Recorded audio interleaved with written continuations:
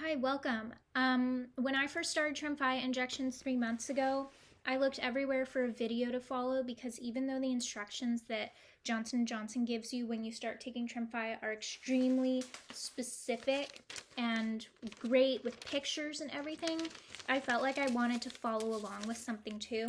And I just couldn't find one that was for the pens specifically.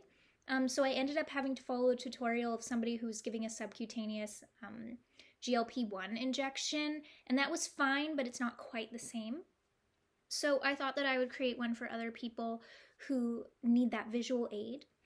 So what we're going to go through today is we're going to talk a little bit about how I personally do the injection, and I want to stress that this entire video is not medical advice. I am not a medical provider. I have no medical background. I'm a therapist. And I am not a representative of Johnson & Johnson. The reason that they don't have a video is because there's like liability stuff, I think. So again, I really want to stress that this is just like personal content. I'm not encouraging anybody to do what I do. I'm just talking about what I do. So in this video, we're going to talk a little bit about how long I leave my Tremfya out before I do the injection, what's in the box when you open it up, how I prep my topical lidocaine, the things that I have in my prep box, which I'm looking, oh, it's behind the camera. The things that I have in my prep box for when I do the injections. We'll talk a little bit about the sharps container, where you get it, how it works, all of that. And then we're going to talk about the nuances of the injection, how the injection works, how long it takes, why it hurts and where it hurts, and how to make it hurt less, and all of that jazz. So I really recommend watching the full video before you do it just one time if you're feeling a little angsty, so that you know what's to come. Again, I'm not a medical provider. I'm not a doctor. This is not medical advice. I'm not telling you to follow what I do, but if you would like to see somebody doing it and talking about how they do it, I recommend watching the whole video through before you do yours, and then start at the beginning again and just follow along with me. These are like $1.20 at Target near me, and it just has all of the stuff that I need for my injections. So I have these alcohol prep pads. These are also really cheap at Target, and there's 200 in a box. And then I have Benadryl. Now, again, I'm not a medical provider, so I cannot give medical advice, but this is for informational purposes only. So I now take Benadryl before my injections because with my first injection I had an immune response. I had some swelling around the site and some welts, and Johnson & Johnson and my primary care provider both recommended that I take a Benadryl right before I give my injection. Then of course I have Band-Aids. I chose these really fun Murakami Band-Aids, Hokusai Band-Aids, sorry. And then I actually saw this on an Instagram video of somebody else injecting their Tremfya. They bought these hurt-free Band-Aid pads, and they are individually wrapped in here, so it's totally safe, it's clean. So they're wrapped in these paper thingies, and then the gauze isn't exposed so it won't stick to your wound. And then finally what I have is my lidocaine gel. I actually have both a 4% and a 5%. And this lidocaine ointment was prescribed by my doctor, but you can also get it over the counter. Again, I'm not a medical provider, but my doctor said it was going to be okay to use that because I'm sensitive to needles. So what I'm going to do is I'm about an hour out from taking my Tremfya, and I took it out and it's here on the table, like coming to room temperature. They say that you should leave it out for 30 to 45 minutes. You can leave your Tremfya out for up to 4 hours. The instructions say that. I'm not saying that as a medical provider. So I usually leave it out for 2 hours because I found that if it's still even a little bit cold, it hurts more. So here I'm going to take out my lidocaine ointment, and this is what it looks like. And this actually was not covered by my insurance, and I have good insurance, but it was only $14 without insurance. Okay, it's got a baby safe cap. There we go. Okay, so the lidocaine gel, this is how I do it. So I'm going to be doing stomach injections today. I really didn't want to do that the first time I injected, but I realized that injecting in the tops of the thighs hurts more, and I'm kind of a wimp when it comes to needles. So once I found out that doing it in the stomach hurts less, I was like, yeah, I'm going to do that every time. So here's what you want to do. So I've washed my hands, and I'm just going to apply a little bit of the lidocaine gel to the area where I'm going to be doing it. And then I'm going to put a square of plastic wrap that I cut. I'm just going to put that over and use the plastic wrap to spread it around so that I don't get lidocaine gel on my fingers. And then I'm just going to pat that down, and it's going to stay there, right? With the plastic wrap, I'll put my shirt and my pants back over it. It'll be fine. And we'll do the other side too. I'm still on my loading doses. This is my third loading dose. So I've got 2 injections instead of just 1 today. So that's why I'm doing 2 separate spots of lidocaine. And the injection spot, when you do it on your stomach, it needs to be a few inches away from your belly button. And they recommend that you do it between your hip bone and the bottom of your rib cage. So that's here for me. And then you do it about 2 inches away from your belly button. If you do it too close to the belly button, the skin there is thicker and tougher, and so it can be more painful, and it also might not absorb as well from your body.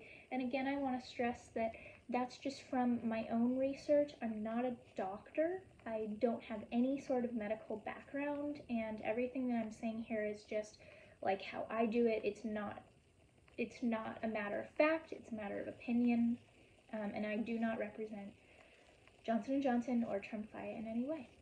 So I'll see you guys in an hour, because my Tremfya has been out for an hour already. I usually let it stay out for 2 hours, and I put my lidocaine on about an hour or 45 minutes beforehand, and I just let it sit there.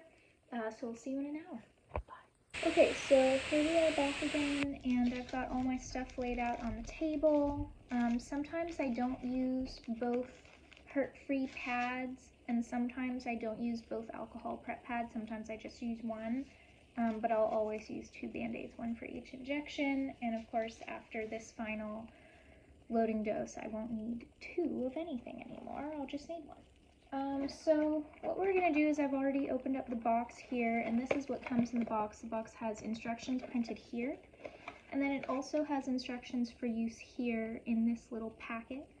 And those are like color-coded, really easy to follow, and that's provided by Johnson & Johnson.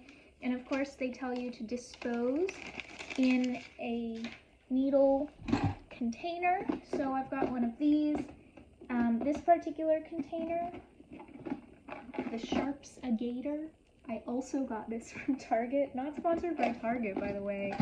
And it's large, so it'll fit probably a year's worth of Sharps without me having to buy new containers.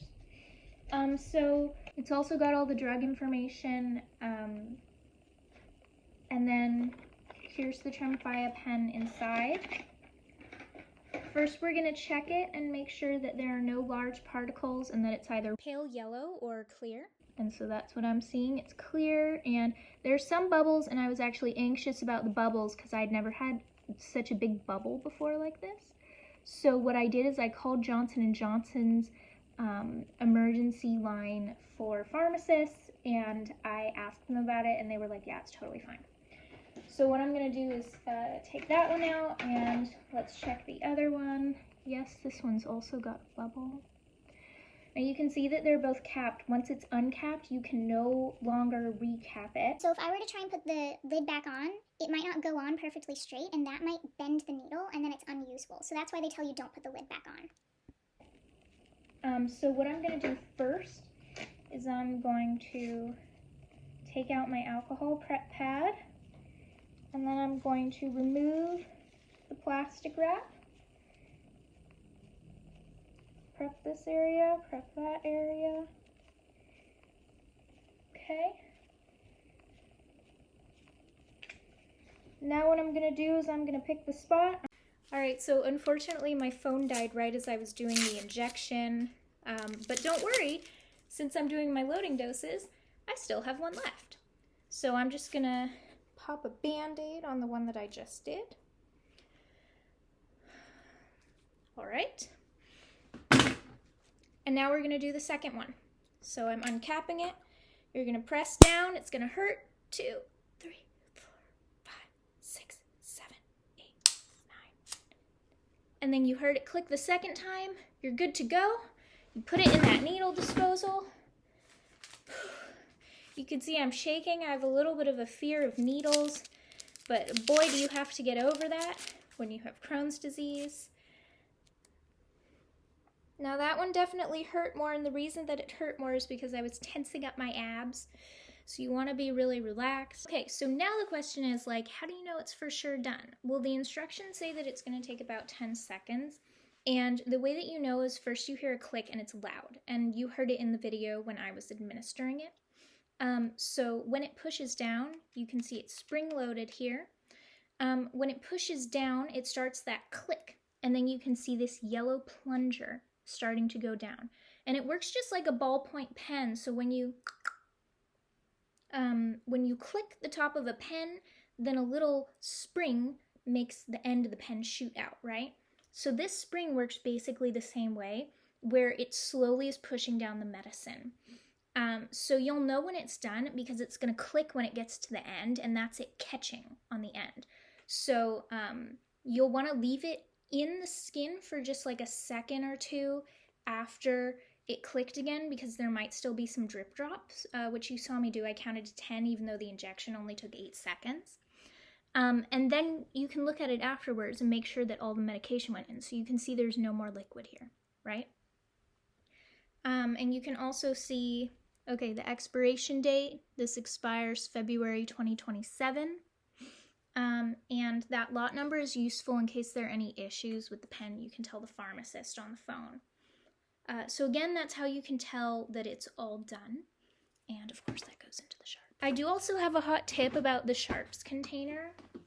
So something that I did not realize was part of what makes an FDA approved sharps container is that when it closes, it locks permanently and you can't get it undone.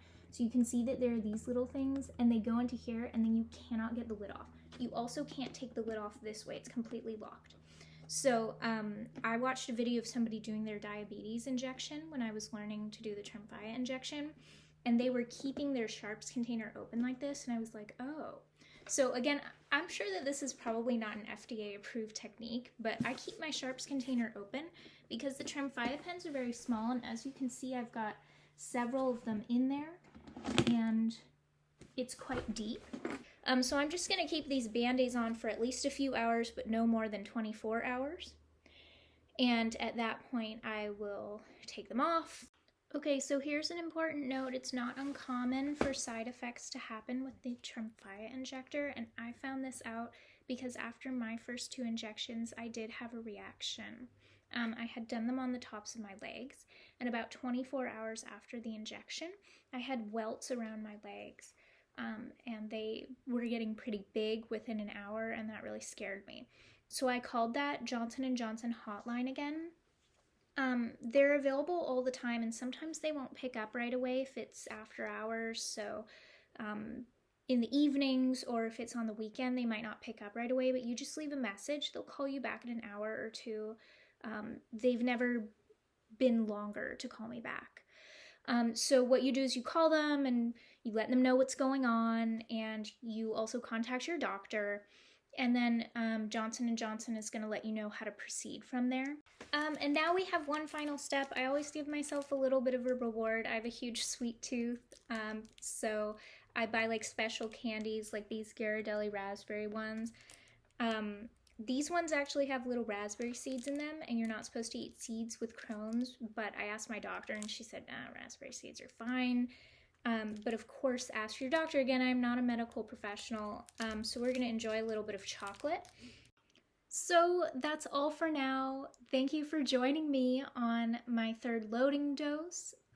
I hope that it was helpful or at least comforting to those of you who are on your first injection or feeling a little bit scared about doing it, or like me, had a terrible fear of needles when you first started.